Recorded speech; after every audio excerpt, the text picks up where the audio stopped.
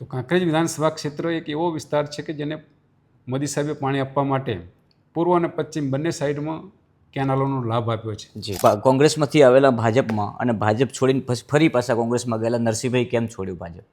પણ બનાસકાંઠાના લોકો આ વખતે રાજભાઈ જાગી ગયા છે. એનો જડબાતોડ જવાબ આ વખતે ચૂંટણીમાં બનાસકાંઠાની જનતા આપશે ને ભારતીય જનતા પાર્ટીને. પરંતુ તેમ છતાં ક્યારેક મારે પોતાને પણ થરાની બજારમાં જવાનું થાય તો આજ કીર્તિસિંહ વાઘેલા એટલે તો મેં કહ્યું કે એમને જોતાં જ સાદગીનું પ્રતીક યાદ આવે, એમને મળતા પ્રમાણિકતા યાદ આવે. કારણ કે આજ કીર્તિસિંહ વાઘેલા મંત્રી પદ હોવા છતાં બાઇક લઈને જતા લોકોએ જોયા છે. આજ કીર્તિસિંહ વાઘેલાને મંત્રી પદ અને સરકારમાં વજૂદ હોવા છતાં શાકભાજી લેતા પણ જોયા છે. સાહેબ, આટલી બધી સાદગીનું કારણ શું? જિલ્લા પંચાયત, તાલુકા પંચાયત રાજભાઈ બને છે 100% ક્લીન ચીટ ક્લીન સેવ. કે જે રીતે મોટી સંખ્યામાં કોંગ્રેસના કાર્યકર્તાઓ ક્યાંક ભાજપમાં જોડાતા હોય, મોટા આગેવાનો ભાજપમાં જોડાતા હોય, તો ભાજપ લોભ લાલચથી લઈ જાય છે. સાહેબ, જે રીતે કોંગ્રેસનું ફોર્મ ભરવા ગયા હોય ઉમેદવાર આખરી ઘડીએ ભાજપનું મેન્ડેટ લઈને બહાર આવે, આ કઈ રાજનીતિ? અને મેં કહ્યું પ્રમાણે જાહેર જીવનની અંદર જે પણ લોકો કામ કરતા હોય કે જાહેર જીવન સિવાય પણ લોકો વિચારધારાને જોતા હોય છે. નમસ્કાર મિત્રો, મારી સાથે એક એવું વ્યક્તિત્વ કે જેમને જોતાં જ સાદગીનું પ્રતીક યાદ આવે, જેમને મળતા જ પ્રમાણિકતા યાદ આવે, એવા ગુજરાત સરકારના પૂર્વ મંત્રી અને હાલ બનાસકાંઠા ભાજપ પ્રમુખ કીર્તિસિંહ વાઘેલા છે, જેઓ સદાય લોકો માટે ગ્રાઉન્ડ ઉપર રહ્યા છે. ચાહે ખુદ પોતે સ્થાનિક ચૂંટણીમાં હાર્યા હોય કે જીત્યા હોય, સતત લોકોના સંપર્કમાં રહ્યા છે. આજે પણ ગ્રાઉન્ડ લેવલે એમનું વ્યક્તિત્વ એવું ઉભરી આવ્યું છે કે એમને જોતાં જ એમનું હુલામણું નામ એટલે કે બાપુ યાદ આવે. પહેલાં તો બાપુ પ્રણામ છે, બનાસ તકમાં આપનું સ્વાગત છે. નમસ્તે રાજભાઈ, આપને પણ પ્રણામ. Thank you. સાહેબ, શું કહેશો, જે રીતે સ્થાનિક સ્વરાજની ચૂંટણી આમ તો દર 5 વર્ષે આવતી હોય છે, આ વખતે સ્થાનિક સ્વરાજની ચૂંટણી છે જે 8 વર્ષે આવી છે, ગ્રાઉન્ડ ઉપર કેવું લાગે છે? બનાસકાંઠા જિલ્લામાં સ્થાનિક સ્વરાજ્યની ચૂંટણીઓની જાહેરાત થતાની સાથે જ સમગ્ર જિલ્લામાં આગેવાનશ્રીઓ, કાર્યકર્તાઓ ને જાહેર જનતા વચ્ચે જવાનું થયું છે. આ વખતે બનાસકાંઠાની જનતાએ સ્થાનિક સ્વરાજ્યની ચૂંટણીની અંદર આપણા બનાસકાંઠા જિલ્લાના 10 તાલુકાઓ ની 48 જિલ્લા પંચાયતની સીટો છે, 240 તાલુકા પંચાયતની સીટો છે, 3 નગરપાલિકાઓની 116 સીટો છે. આ તમામ ક્ષેત્રની અંદર આ વખતે ભારતીય જનતા પાર્ટીને જીતાડવી જ જોઈએ. અને ભારતીય જનતા પાર્ટીને જીતાડવી જોઈએ એટલા માટે કે છેલ્લા ઘણા સમયથી બનાસકાંઠામાં સ્થાનિક સ્વરાજ્યની સંસ્થાઓમાં કોંગ્રેસનું શાસન રહ્યું અને કોંગ્રેસના શાસનની અંદર જે લોકોને મુશ્કેલીઓ પડી છે, જે પ્રશ્નો ઊભા થયા છે, એમાં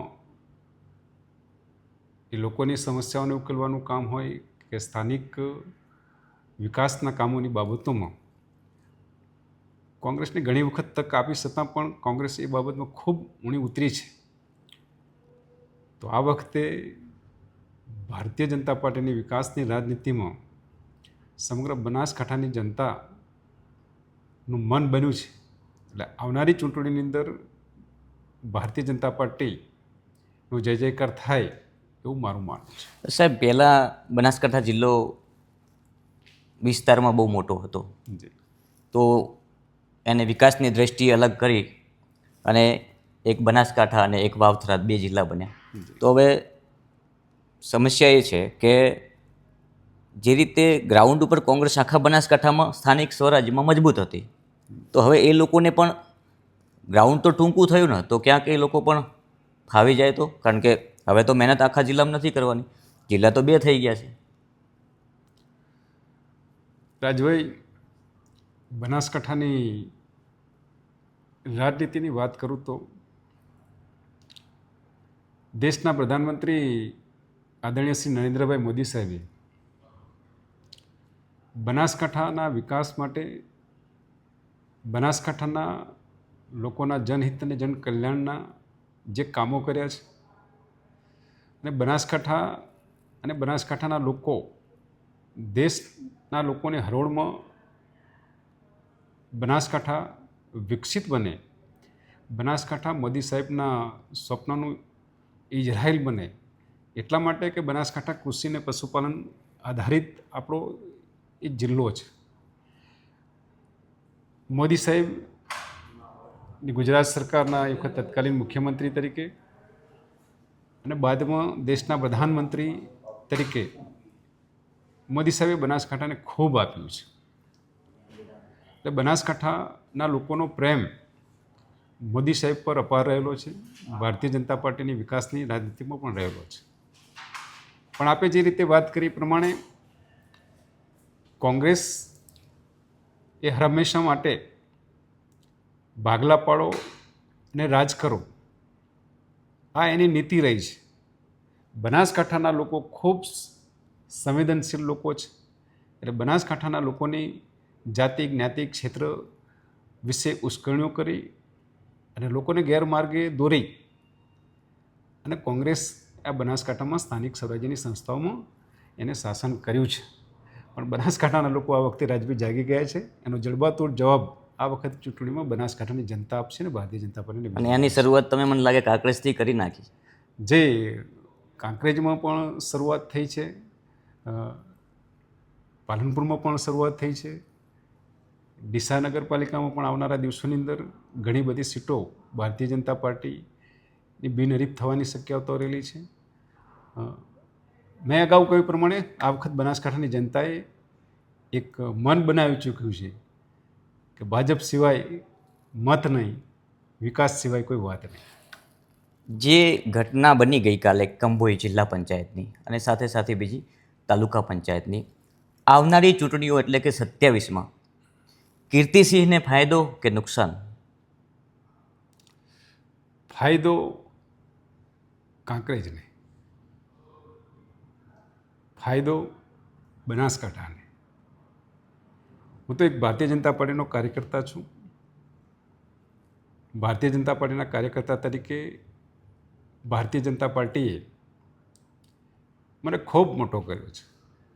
એક સામાન્ય પરિવારમાંથી આવતા ક્ષત્રિયનું સંતાન કીર્તિસિંહ વાઘેલા, એક ખેડૂતનો દીકરો, એક બૂથમાં કામ કરતા કાર્યકર્તાને પાર્ટીએ તાલુકા ભાજપના મહામંત્રી તરીકે, જિલ્લા ભાજપના કિસાન મોરચાના મહામંત્રી તરીકે, પ્રદેશમાં કિસાન મોરચાના મંત્રી તરીકે, કિસાન મોરચાના ઉપાધ્યક્ષ તરીકે સંગઠનાત્મક કામની જવાબદારી આપી.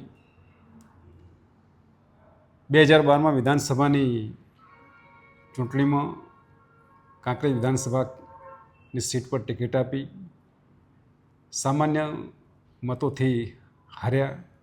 પાર્ટી ફરી વખત તક આપી. 2017માં ધારાસભ્ય બનાવ્યો. રાજ્ય સરકારમાં મંત્રી બનાવ્યો. કે આઝાદીના 70 વર્ષના સમયગાળા, 70-75 વર્ષના સમયગાળા દરમિયાન કાંકરેજમાં કોઈ પણ પાર્ટીના ધારાસભ્યને જે સદભાગ્ય પ્રાપ્ત નથી થયું, એ સદભાગ્ય મને પ્રાપ્ત થયું. રાજ્ય સરકારમાં મંત્રી તરીકેની જવાબદારી આપી. ભારતીય જનતા પાર્ટીએ મને ખૂબ મોટો કર્યો છે. એટલે મારો વ્યક્તિગત ફાયદો કે નુકસાનનું ગણિત મારી પાસે નથી.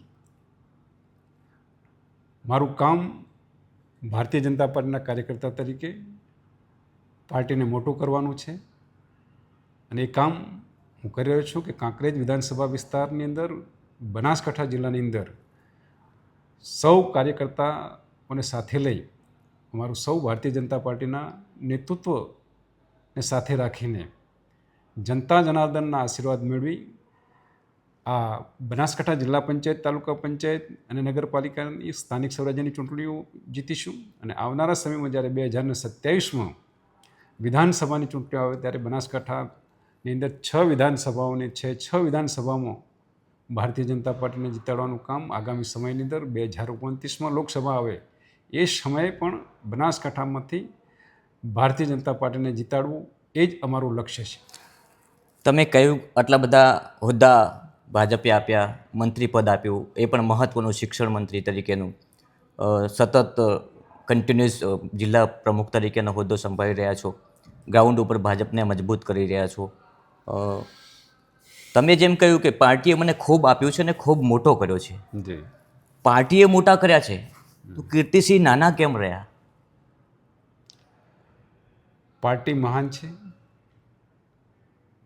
પાર્ટી જ મારા માટે સર્વોપરી છે. પાર્ટી અમારા માટે માં છે. એક માના દીકરા તરીકે પાર્ટી એ મને મોટો કર્યો છે. એનો હું કાયમી ઋણી છું, કાયમી ઋણી રહીશ. અને એ ઋણ ચૂકવવા માટે આ જીવન ભારતીય જનતા પાર્ટીનો વિસ્તાર થાય, ભારતીય જનતા પાર્ટી સમગ્ર બનાસકાંઠા જિલ્લામાં દરેક સમાજ ક્ષેત્રમાં સર્વવ્યાપી બને અને બનાસકાંઠાના લોકો ભારતીય જનતા પાર્ટીની જે વિકાસની રાજનીતિ છે, સૌનો સાથ સૌનો વિકાસ, એ જ મારો ઉદ્દેશ છે. જે રીતે ગોપાલસિંહ આવ્યા, જી, તો ગોપાલસિંહ કોંગ્રેસનું એક મજબૂત માથું હતું કાંકરેજમાં. જી, એટલે કહી શકાય કે ધારાસભ્ય પછીના વ્યક્તિ ગોપાલસિંહ ગણાતા. એવા વ્યક્તિને અચાનક ભારતીય જનતા પાર્ટીમાં જોઈન કરવા? જી. ગોપાલસિંહ સોલંકી, કે અગાઉથી વાટાઘાટો ચાલુ હતા? ગોપાલસિંહ સોલંકી કાંકરેજના આગેવાન છે. વર્ષોથી જાહેર જીવનમાં જોડાયેલા છે. એક સારા આગેવાન હતા, સારા આગેવાન છે. વ્યક્તિગત હું એમને એક સન્માનની દ્રષ્ટિએ જોઉં છું. કાંકરેજની અંદર ગોપાલસિંહ સાથે બીજા અન્ય પણ ઘણા બધા આગેવાનો છે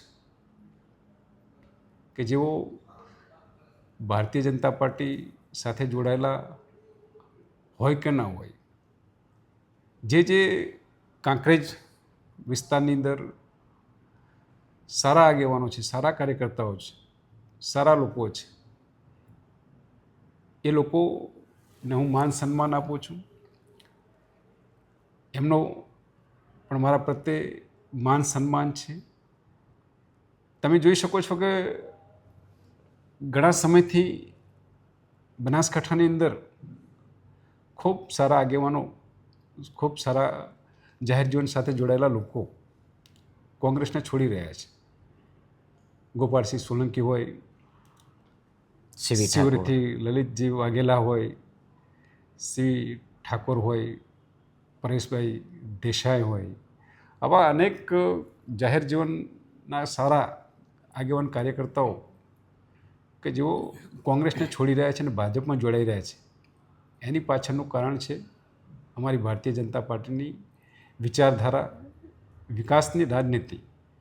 અને આ બધાનું હું વિકાસની રાજનીતિમાં સ્વાગત કરું છું, સન્માન કરું છું.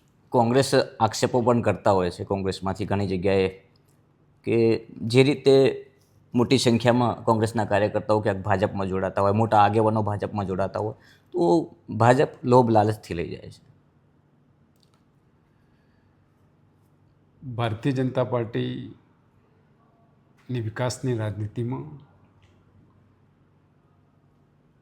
અમારા માટે સૌના માટે દ્વાર ખુલ્લા છે. જે લોકો વાત કરતા હોય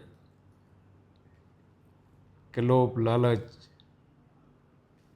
સત્તા, આ કોંગ્રેસની વિચારધારા છે. જે લોકો કોંગ્રેસના મહત્ત્વના સ્થાન પર રહ્યા હોય. કોઈ તાલુકાના કોંગ્રેસના પ્રમુખ હોય, કોઈ જિલ્લાના એમના જવાબદાર હોદ્દેદારો હોય, એ ભાજપમાં જોડાયા છે, વિના શરતે જોડાયા છે. તો એમને જોડાવાથી કીર્તિસિંહ વાઘેલા મજબૂત થયા કે કાંકરેજ અને ઓગળ મજબૂત થયા? કાંકરેજ અને ઓગળ મજબૂત થયું, ભારતીય જનતા પાર્ટી મજબૂત થઈ. ભારતીય જનતા પાર્ટી મજબૂત થાય, કાંકરેજ અને ઓગળ મજબૂત થાય, એ જ મારો વિચાર છે, એ જ મારું લક્ષ્ય છે. ઓગળના પરમ ભક્ત છો, જી તાલુકો પણ ઓગળ મળ્યો, જી કેટલી ખુશી છે. રાજભાઈ, અનહદ ખુશી છે. અને હું હૃદયપૂર્વક આભાર વ્યક્ત કરું છું દેશના પ્રધાનમંત્રી આદરણીય શ્રી નરેન્દ્રભાઈ મોદી સાહેબનો, કે જેમના નેતૃત્વમાં આપણા ગુજરાતના મુખ્યમંત્રી માન્ય શ્રી ભૂપેન્દ્રભાઈ પટેલ સાહેબે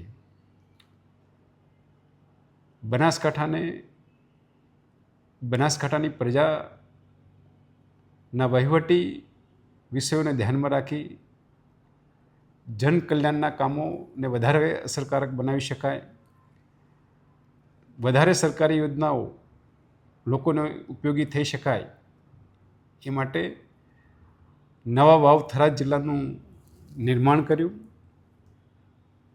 સાથે નવા 4 તાલુકો આપ્યા. એમાં ઓગળ, ધરણીધર,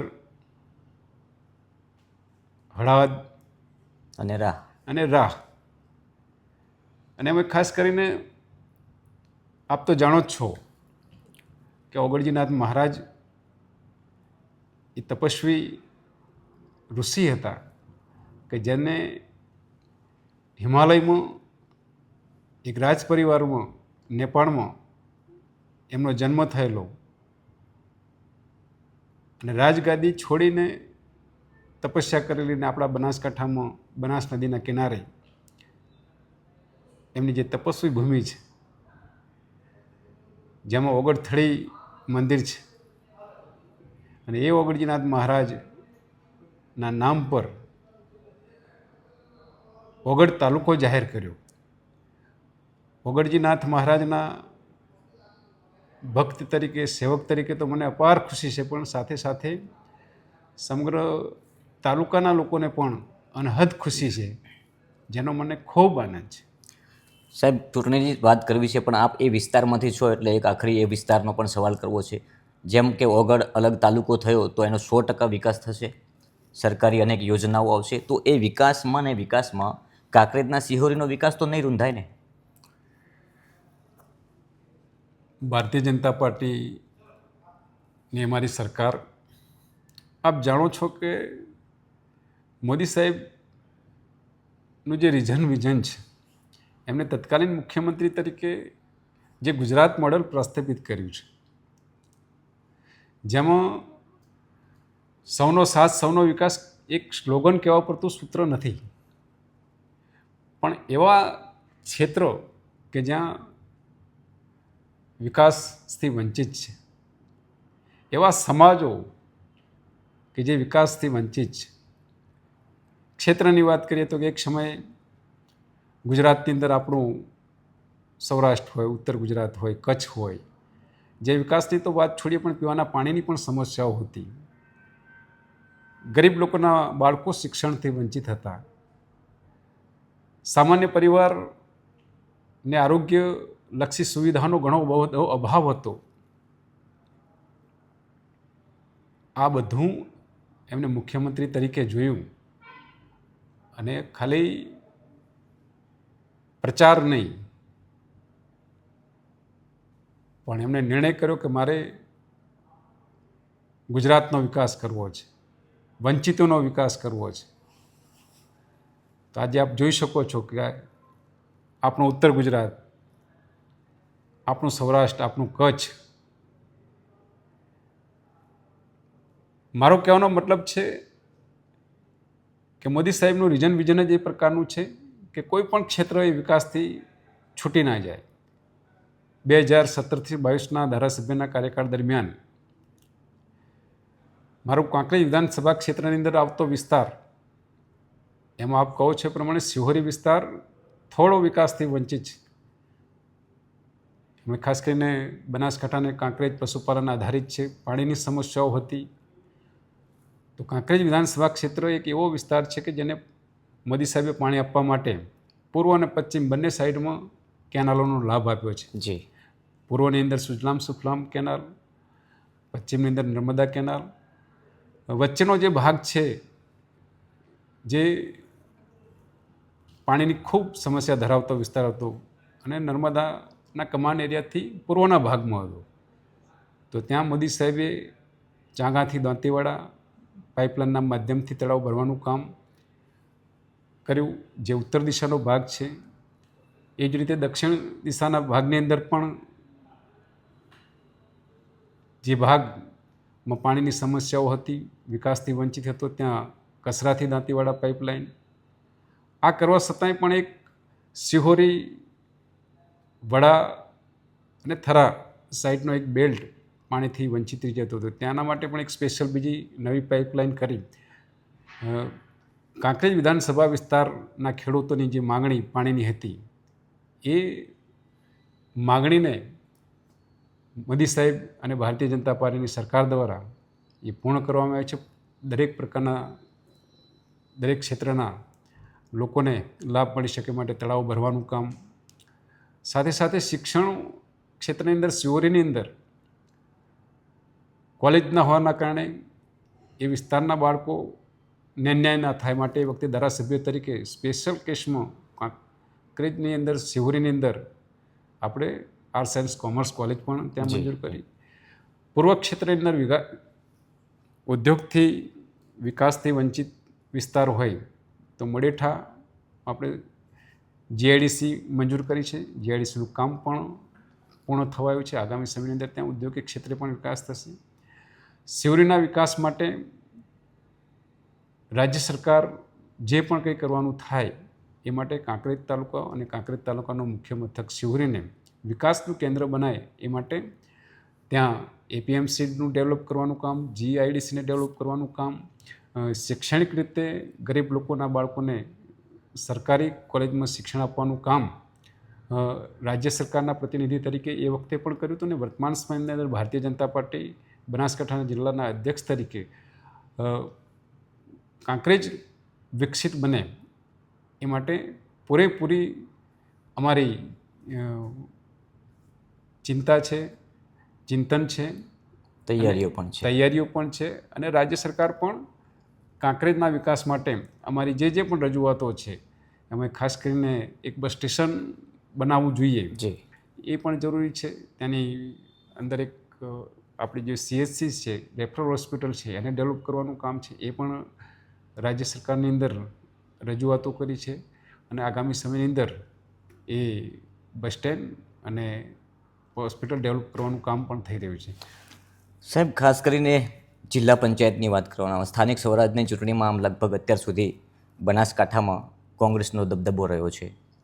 હવે જ્યારે 2 જિલ્લા બન્યા છે તો વાવથરાદમાં 30 સીટો છે, અહીંયા 48 સીટો છે. શું લાગે છે વાવથરાદ જિલ્લા પંચાયત અને બનાસકાંઠા જિલ્લા પંચાયત, તો એમાં વિશેષ ખાસ કરીને બનાસકાંઠાની વાત એટલા માટે કરી છે કે આપને હાલ જવાબદારી બનાસકાંઠાની છે, તો બનાસકાંઠાની 48 સીટમાંથી કેટલી સીટો જીતવાની આશા છે? અને જિલ્લા પંચાયત સરકારમાં મતલબ બનાવશે કે પછી કોંગ્રેસ ફરી બાજી મારી જશે?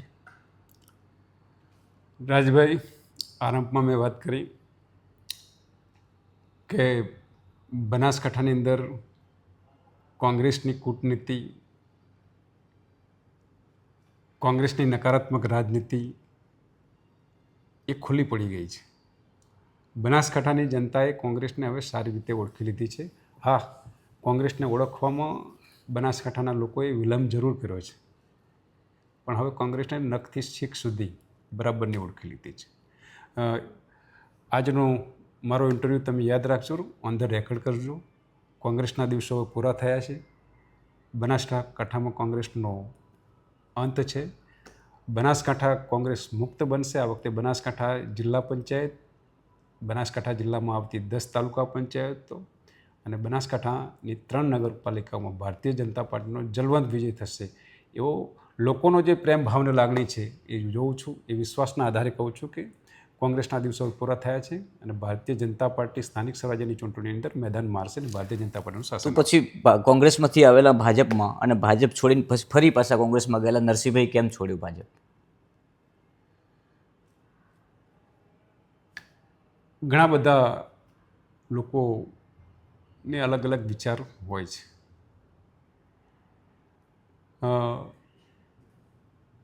હું કોઈ વ્યક્તિ વિશે વાત કરવા માગતો નથી, પણ ભારતીય જનતા પાર્ટી એ વિચારધારા આધારિત વ્યક્તિઓની પાર્ટી છે. ભારતીય જનતા પાર્ટીના અનેક કાર્યકર્તાઓ છે જે વર્ષોથી ભારતીય જનતા પાર્ટીનું કામ કરે છે, વિચારધારાને સમર્પિત થઈને કામ કરે છે. અને ભારતીય જનતા પાર્ટીની વિચારધારા મેં કહ્યું એ પ્રમાણે કે વ્યક્તિથી મોટી વિચારધારા છે અને વિચારધારાથી મોટો દેશ. હિન્દીમાં એવું અમારું સ્લોગન છે કે વ્યક્તિ સે બડા દલ, દલ સે બડા દેશ. આ વિચારધારા આધારિત અમારી પાર્ટી છે અને આ વિચારધારા સાથે જોડાયેલા અનેક વ્યક્તિઓ છે, જેમાં મેં કહ્યું પ્રમાણે અસંખ્ય કાર્યકર્તાઓ વર્ષોથી ભારતીય જનતા પાર્ટીનું કામ કરે છે. સાથે સાથે જે લોકો બહારથી જુએ છે કે જેઓ કોઈ પણ પાર્ટી સાથે જોડાયેલા નથી, બિન રાજકીય લોકો છે, એ લોકો ભારતીય જનતા પાર્ટીની વિચારધારાને જોઈને ભારતીય જનતા પાર્ટી સાથે જોડાય છે. એવા અનેક લોકો, કાર્યકર્તાઓ, નેતાઓ છે કે જે ભારતીય જનતા પાર્ટીની વિચારધારાને બહારથી જોઈએ અમને એવું લાગે છે કે નહીં, આપણે પણ જાહેર જીવનમાં કામ કરી રહ્યા છીએ અને આ લોકો પણ જાહેર જીવનમાં કામ કરી રહ્યા છે. એ કોંગ્રેસ પાર્ટીના હોય કે અન્ય કોઈ પાર્ટીના હોય, પણ પાર્ટી વિથ ડિફરન્સ. આ લોકોની વિચારધારા, આઈડિયોલોજીમાં કંઈક દેશ માટે કામ કરવાની ઈચ્છા શક્તિ છે, કંઈક પ્રજા માટે કામ કરવાની ઈચ્છા શક્તિ છે. આ બધું જોવે છે અને એના પ્રમાણમાં કોંગ્રેસ કે અન્ય પાર્ટીની વિચારધારા એ બહુ છીછરી એ લોકોને લાગે છે. ત્યારે એ કોંગ્રેસ કે અન્ય પાર્ટીઓ છોડી ભારતીય જનતા પાર્ટીમાં જોડાય છે અને ભારતીય જનતા પાર્ટીમાં જોડાયાની સાથે જ ભારતીય જનતા પાર્ટી સાથે ઓતપ્રોત થઈ ભારતીય જનતા પાર્ટીની વિચારધારા પ્રમાણે કામ કરે છે. પોતે પણ મોટા થાય છે, પાર્ટીને પણ મોટા કરવાનું કામ કરે છે. એવા પણ અમુક એ પ્રકારના પણ લોકો હોય છે કે જેમની ટૂંકી દ્રષ્ટિ હોવાના કારણે, જેને આપણે અંગ્રેજીમાં કહીએ છીએ શોર્ટકટ, એ શોર્ટકટ મારવામાં કોઈ સત્તા માટે આવ્યા હોય, સ્વાર્થ માટે આવ્યા હોય, તો એ એમના મનસૂબા સફળ થયા હોય, ન થયા હોય તો આવે છે ને જાય છે. એટલે કેટલાક લોકો એવી રીતે પણ જોડાતા હોય, કંઈક અપેક્ષા હોય, અને કેટલાક લોકો એવી રીતે પણ જોડાતા હોય કે વિચારધારાથી પ્રેરિત બન્યા હોય. તો બિલકુલ બરાબર. વિચારધારાથી પ્રેરિત બન્યા બાદ પછી ફરી એ પાર્ટી છોડવાનું કારણ શું હોય? મેં આપને કહ્યું એ જ કે જે આ વિચારધારાને ઓળખી છે, જેને વિચારધારાને સમજ્યા છે અને એ વિચારધારાને પોતાના જીવનમાં ઉતારી છે, એમનો તો ઉદ્ગાર જ છે. અને એમની જે ભાવનાઓ છે લોકો માટે, સમાજ માટે, દેશ માટે કામ કરવું છે. અને આ કામ કરવા માટે ભારતીય જનતા પાર્ટી સિવાય હું એવી કોઈ પાર્ટી નથી માનતો. આટલું મોટું વિશાળ પ્લેટફોર્મ કોઈ પણ વ્યક્તિ, કાર્યકર્તા ને ભારતીય જનતા પાર્ટીમાં છે એટલું બીજી કોઈ પણ પાર્ટીમાં. ભારતીય જનતા પાર્ટી જ એવી પાર્ટી છે જે કાર્યકર્તાઓની પાર્ટી છે. જિલ્લા પંચાયત બનાવવા માટે કેટલી અપેક્ષા? જિલ્લા પંચાયત, તાલુકા પંચાયત રાજભાઈ બને છે 100%. Clean chit? ક્લીન સેવ.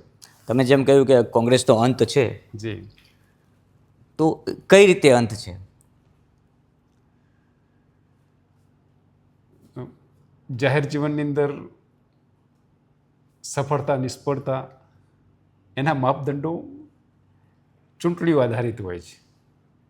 જો કે અમારી વિચારધારા પ્રમાણે અમે એનાથી પર છીએ.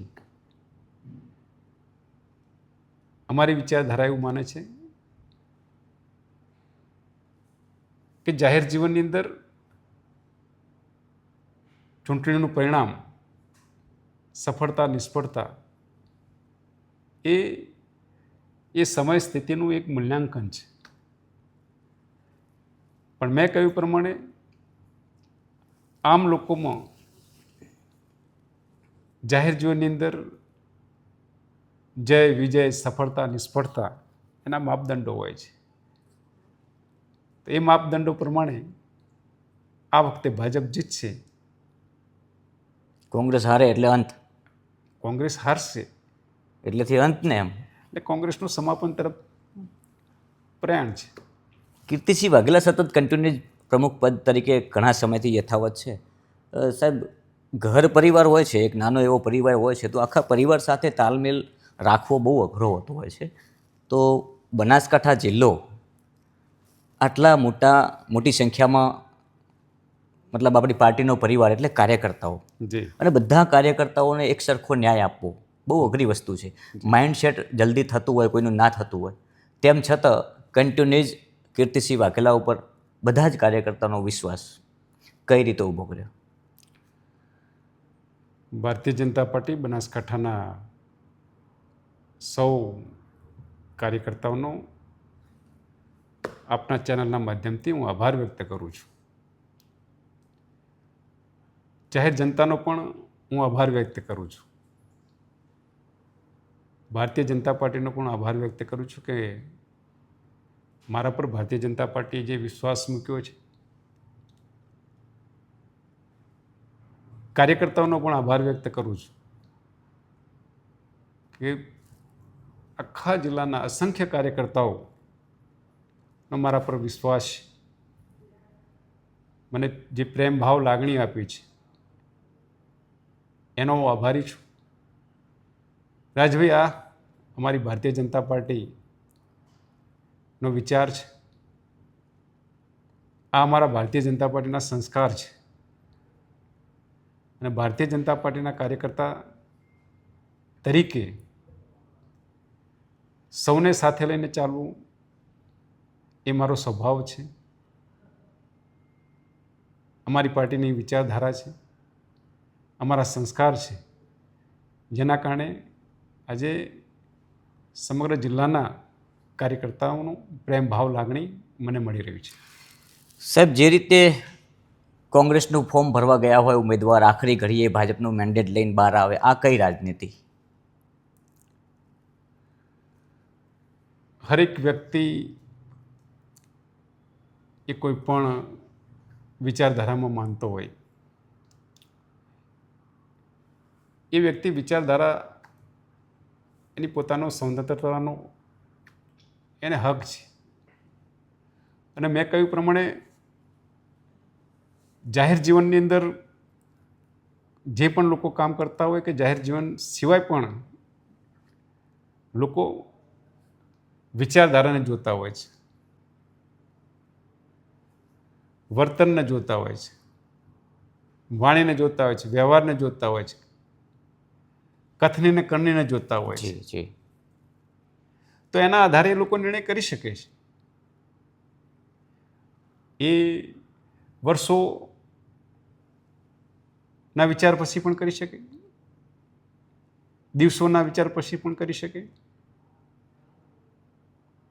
કલાકોના વિચારોમાં પણ કરી શકે, મિનિટોના સમય મર્યાદામાં પણ વિચારો કરી શકે. એ વિચાર કરવાનો, એ નિર્ણય કરવાનો એમને હક અધિકાર છે. મળવો જ જોઈએ. જી. કીર્તિસિંહ વાઘેલા આજે મારી સાથે બેઠા છે. આ એ જ કીર્તિસિંહ વાઘેલા છે જેમના તમામ હોદ્દા તમે સાંભળ્યા. પાર્ટીએ ઘણું બધું આપ્યું. ગુજરાત રાજ્યના એક મહત્ત્વના મંત્રીપદ તરીકે પણ પોતે રહ્યા. પરંતુ તેમ છતાં ક્યારેક મારે પોતાને પણ થરાની બજારમાં જવાનું થાય તો આ જ કીર્તિસિંહ વાઘેલા એટલે તો મેં કહ્યું કે એમને જોતા જ સાદગીનું પ્રતીક યાદ આવે, એમને મળતા પ્રમાણિકતા યાદ આવે. કારણ કે આ જ કીર્તિસિંહ વાઘેલા મંત્રી પદ હોવા છતાં બાઇક લઈને જતા લોકોએ જોયા છે. આ જ કીર્તિસિંહ વાઘેલાને મંત્રી પદ અને સરકારમાં વજૂદ હોવા છતાં શાકભાજી લેતા પણ જોયા છે. સાહેબ, આટલી બધી સાદગીનું કારણ શું? મારું વ્યક્તિત્વ, મારા વિચારો, મારી વાણી, મારું વર્તન, મારું વ્યવહાર, મારું કથની ને કરણી એ ખુલ્લી કિતાબ જેવું છે. સામાન્ય પરિવારમાં જન્મ થયો છે, ક્ષત્રિય પરિવારમાં જન્મ થયો છે, ખેડૂતના દીકરા તરીકે જન્મ થયો છે. મારા માતા પિતાના સંસ્કાર, મારા ગુરુજનોના સંસ્કાર, મારા સ્નેહીઓ, મારા સંબંધીઓ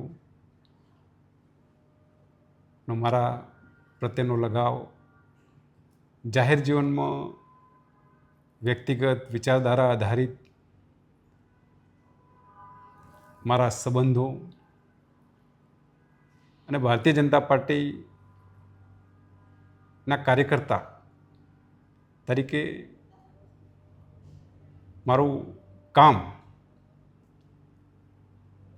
મેં મારા વ્યક્તિત્વ પ્રમાણે જ કર્યું છે. વ્યક્તિત્વ પ્રમાણે જ મારો વ્યવહાર છે. સામાન્ય વ્યક્તિ છું, સામાન્ય વ્યક્તિ તરીકે જ જીવન જીવું છું. જવાબદારીના ભાગરૂપે ક્યારેક પાર્ટીએ સામાન્ય પરિવારમાંથી આવતા કીર્તિસિંહ વાઘેલાને ધારાસભ્ય, રાજ્ય સરકારના મંત્રી ને વર્તમાનમાં જિલ્લા ભાજપના પ્રમુખ તરીકેની જવાબદારીઓ આપીને મોટા કર્યા છે. પણ સૌથી પહેલાં હું ભારતીય જનતા પાર્ટીનો કાર્યકર્તા છું. હું કીર્તિસિંહ વાઘેલા છું. આ જ મારી ઓળખ છે અને આ જીવન રહેશે. આખરી સવાલ છે સાહેબ, સામાન્ય વ્યક્તિ તરીકે જ લોકોમાં જીવન સમર્પિત કરી દેવું છે લોકો માટે? આ જીવન જાહેર જીવનમાં કામ કરવું એ મારો સંકલ્પ છે. દેશ માટે, દેશના લોકોના ભલા માટે, કલ્યાણ માટે કામ કરવું આ મારો નિર્ણય છે. એક સામાન્ય વ્યક્તિને 2012માં ભારતીય જનતા પાર્ટીએ વિધાનસભાની ટિકિટ આપી ત્યારે મેં કાર્યકર્તાઓની વચ્ચે સંકલ્પ કરેલો છે કે ભારતીય જનતા પાર્ટીએ મને ખૂબ મોટો કર્યો છે અને હવે મારું કામ ભારતીય જનતા પાર્ટીને મોટું કરવાનું છે. અને આ જીવન હું ભારતીય જનતા પાર્ટીના કાર્યકર્તા તરીકે ભારતીય જનતા પાર્ટીનું કામ કરીશ અને ભારતીય જનતા પાર્ટી મોટી થાય એ જ લક્ષ્ય સાથે હું કામ કરું છું. આ જ મારો વિચાર છે, આ જ મારું લક્ષ્ય છે. આખરી નાનકડો સવાલ છે, 48માંથી કેટલી સીટો ઉપર વિજય હાંસલ કરી શકો? 48 જિલ્લા પંચાયત સીટો ભારતીય જનતા પાર્ટી જીતે એ વિચાર સાથે અમે આગળ વધી રહ્યા છીએ. આ તો મોટું કોન્ફિડન્સ કહેવાય. જી, પૂરો ભરોસો? પૂરો ભરોસો. કાર્યકર્તાઓ ઉપર ભરોસો કે મતદારો ઉપર? ભારતીય જનતા પાર્ટીના કાર્યકર્તા પર પૂરેપૂરો ભરોસો છે અને જાહેર જનતા પર પૂરો વિશ્વાસ છે કે જે રીતે બનાસકાંઠાની જનતા ભારતીય જનતા પાર્ટીના જિલ્લા પંચાયતના, તાલુકા પંચાયતના અને નગરપાલિકાના ઉમેદવારો જાહેર થયા પછી એમને જે પ્રેમ ભાવ લાગણી આપી રહી છે, જેમને આવકારી રહ્યા છે, એ જોતાં સ્પષ્ટ એવું કહું છું કે આ વખતે ભારતીય જનતા પાર્ટીનો જય જયકાર જ છે. આભાર સાહેબ, અમારી સાથે અનેક અંગત વાતો કરવા બદલ ખૂબ ખૂબ આભાર આપનો. અમને મહત્ત્વનો સમય આપવા બદલ વિશેષ આભાર વ્યક્ત કરું છું. જી, ખૂબ ખૂબ આભાર રાજભાઈ આપનો અને આપની ચેનલ બનાસ તકનો ખૂબ ખૂબ આભાર. ધન્યવાદ. થેન્ક યુ સાહેબ. તો આ હતા બનાસકાંઠા જિલ્લા ભાજપના પ્રમુખ અને પૂર્વ ગુજરાત સરકારના મંત્રી કીર્તિસિંહ વાઘેલા, જેમને રાજકીય ક્ષેત્ર સાથે સાથે પોતાના અંગત જીવનની વાત કરી, વ્યક્તિત્વની વાત કરી, સનાતનની વાત કરી, લોકો સાથે જોડાયેલા રહેવાની વાત કરી. આ જ એમની સાદગી છે અને આ જ એમની પ્રમાણિકતા છે. નમસ્કાર.